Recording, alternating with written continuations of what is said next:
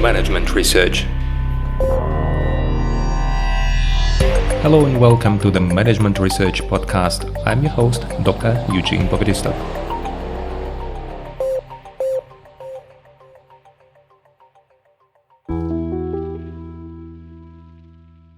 Hello and welcome to the next episode of my podcast.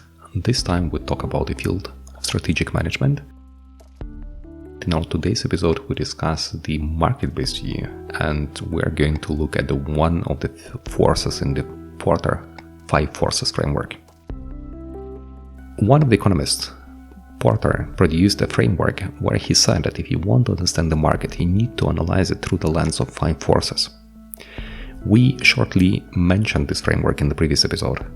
These are the 5 forces. First one, the rivalry among existing firms, how competitive the market is, or the industry is. Second, it is the threat of substitutes. Third, it is the threat of new entrants. Fourth is bargaining power of suppliers over you. And fifth is the bargaining power of buyers over you. And actually, you can also name it bargaining power of you over buyers or bargaining power of you over suppliers. Doesn't really matter. And in our today's episode, we're going to talk about these substitutes and threat of substitutes. And if you think of substitutes, what is the first thing that comes to your mind? When I talk to my students, I usually give them an example of butter and margarine. And there is a huge difference between the butter and margarine. They are different in nature. One is made of milk, the second one is made of sunflower oil or something similar. There are, I think, different types of margarine. They have more or less the same consistency, but it's not about the consistency, it is about the taste. And if you have breakfast and you want to have your bread with butter, it is not the same as bread with margarine. Although, I want to tell you that there was a long period in my life when I used to eat bread with margarine. It was in 1998, we had a huge crisis in Ukraine. And after this crisis, the prices of butter, they skyrocketed. And the butter was, I think, 10 times or even more times more expensive than margarine. So if you think now about the price of butter, and if you ask yourself whether you would switch, you would probably say no. Because for butter, you pay now, I think, about €2.50 to €2.80, 250 gram package. And if you buy the margarine, you pay, I think, about $1.30, $1.50 for the same amount of margarine. And as they are different in taste, you would probably not switch. And when I ask my students who would like to try, who would like to switch, nobody wants to say, nobody wants to do it. I say, okay, let's try it a bit differently. What if the price of butter is now €22 and price of margarine is the same, $1.50? And in this event, I think many said that they would like to try if that was really the case. Many don't believe it is possible, many cannot imagine that they will switch, but I don't even have to imagine. I just switched one time just because it was a not available option, something for the price that is 10 times the price of margarine. It was 1998, 1999. What you see now, we talk about not only the nature of the product, but the difference in price. It means the substitute has a high threat to you, to your product, if the price of the substitute is much lower than your product. If you offer the pens and they cost €1.20 and somebody offers the pencils for €1, people will not switch. But imagine that the pens cost €10 and a pencil 20 cents. I think nobody would use pens, people would just switch to pencils as much as it's possible. Another aspect of butter and margarine, what we can learn from it, is actually we use butter not only for the bread and butter for breakfast, but also for something else. We also bake.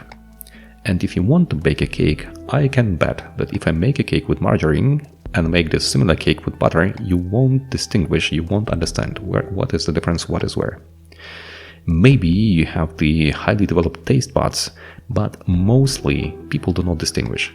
And if we don't have butter, we make cakes out of margarine and nothing really happens. So I don't distinguish. And I think many people won't. I think many times you try, you don't even know was there butter or margarine. If you want, you can try to make a blind tasting. It is very likely that you won't see the difference. My students say, of course, that they saw the difference, but honestly, I don't believe it. But you can try. What I want to say with this example, it depends on the situation or conditions where you're going to use a substitute. If you want to bake, then the margarine becomes really a competitive product, not a substitute anymore. It means under certain conditions, some products that you haven't thought about may become competitors to your product, where you thought it is something completely different. Think again about the pencil and the pen. And if you want to write, there is a huge difference. But imagine that your table, your desk that you sit at, is not stable and you want to put something on one of the legs of the table. Is there a difference what you will put under it, a pencil or a pen, to make it more stable? It doesn't really matter. And in this event, the pencil will work as well as the pen would work. So for this simple reason, depending on the situation, a competitive product or a substitute may become a competitive product.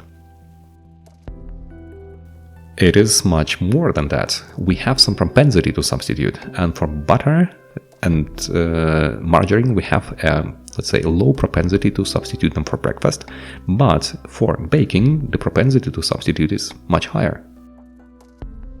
If you think about the smokers, if you talk to a smoker and you ask him or her what is his or her most beloved brand, they always tell you what kind of brand they would like to smoke.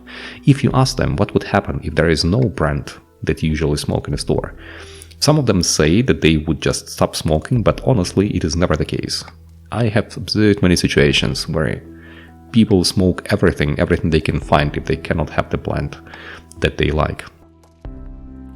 Once I used to be in one of the trips somewhere in Sweden in the forest, and let's say some guys, they forgot to buy cigarettes. We were in the forest.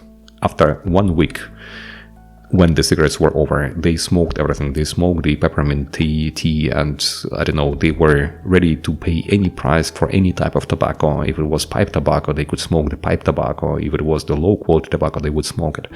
So people have a very low propensity to substitute in some of the things that you like cigarettes. But we talk about the cigarettes, that there the other blend of cigarettes would be a competitive product. But I'm pretty sure they would easily switch to whatever types of other nicotine consumption they could have, like, I don't know, the vapes or the IQOS. I'm pretty sure that under the threat to have no nicotine, they would switch to any other product.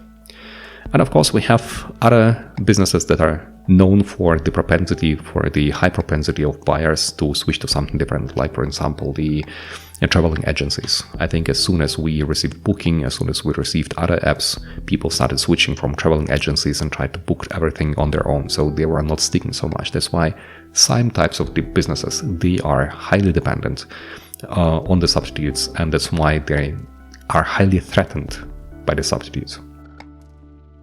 So think about your business and think about where are you located and whether the substitutes can become competitive products under certain conditions.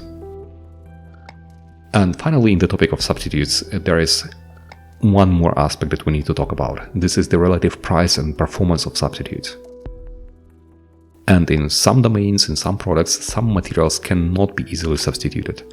For instance, in the technological domain, if you use the OLED screens or the whatever type of screens you're using, very often these screens rely on the rare earth elements like terbium, yttrium, dysprosium, and these elements, they give the bright colors to the screens. And you cannot easily switch to something else because there is no technological alternative, or the alternatives that we have, they may be not as good, or they may change the colors of your screen. That is why some producers, they are in so much dependent on these products that, okay, bad for the cell phone producers, they need to rely on these products, and good for those who offer them these elements like yttrium, that they don't have to be afraid of substitutes, because the substitute have huge impact on the relative performance of the product. For instance, the colors will not be so bright. I hope it was interesting. I hope you have now a better understanding of how substitutes work, and now you hopefully also understand why it is a huge force on the market. And before you enter the market, you need to understand what are the substitutes, under which conditions they will become competitive products. Is it only the price, or is it also the situation where the substitutes can become competitive products to your product? And of course, if there are many substitutes that can easily become competitive product, then the market is not a very good alternative for you. You should search for different market niche, you should search for different product or different other opportunities. If it is not the case, then it is the first indication that this force, as described by Porter in his 5 forces framework, will not be a threat to your business. I hope it was interesting. Wish you all the best, and I'll see you in the next episode. Bye bye.